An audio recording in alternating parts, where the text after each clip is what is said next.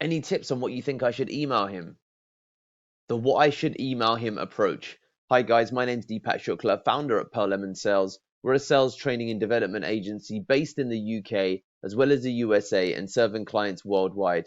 And here today in day number 96 of 119 days of cold calling training, we're here to talk about the what should I email him approach. But before we get into it, feel free to click the link in the description below to get access to 17 additional strategies not shared in this training.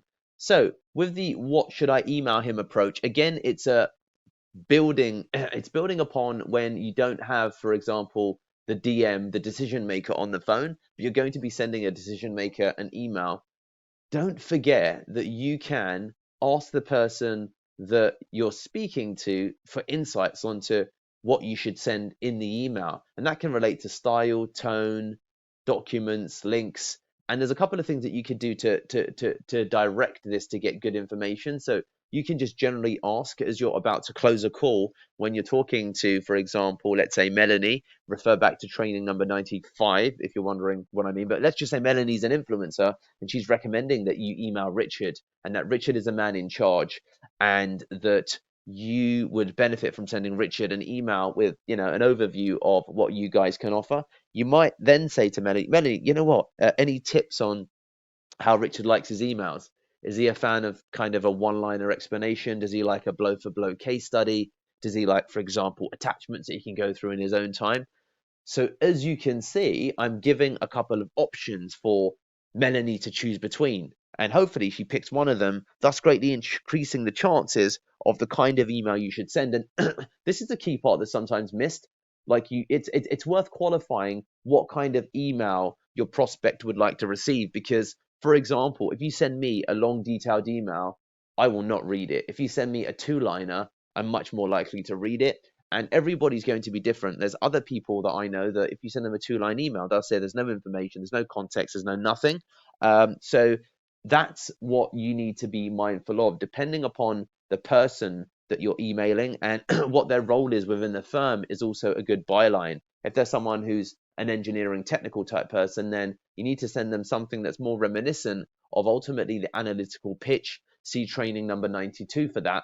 But if it's someone who's, see trainings number 92, 93, and 94 for different pitch styles, which could also potentially inform the email that you send across. But in any event, it's worth qualifying with the person you're speaking to. Oh, do you know what? What do you think I should email him then potentially? And getting some insight on that. That's definitely going to be a good way in when it comes to fundamentally figuring out what is appropriate for that email. So just ask the question, what do you think I should email?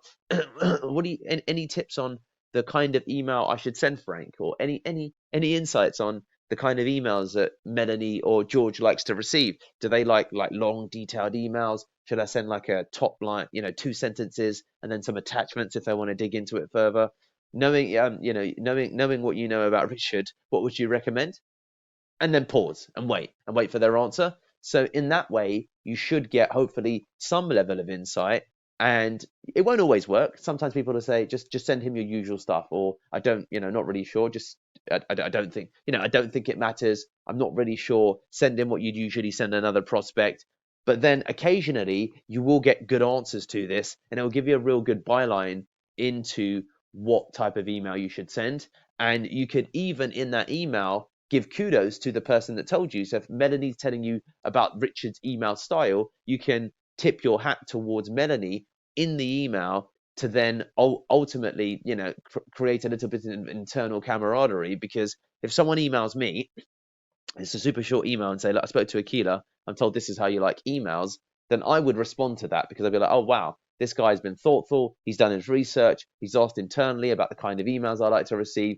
Great. I'm going to respond just merely for the fact that of him doing his research. So showing evidence that you've done research by speaking to people about someone's particular style is a fabulous way to increase your reply rate. And that's what we're doing here fundamentally, whether it's the can I copy you an approach or what should I email him approach. You're just looking for ways that you can demonstrate that additional effort in a way that the message or the effort will be understood by the recipient. And that's the key difference here, that people can make effort, but the effort might not always be well received if the person that's receiving the message doesn't appreciate the effort, because it's not written or communicated in a way that the effort is understood.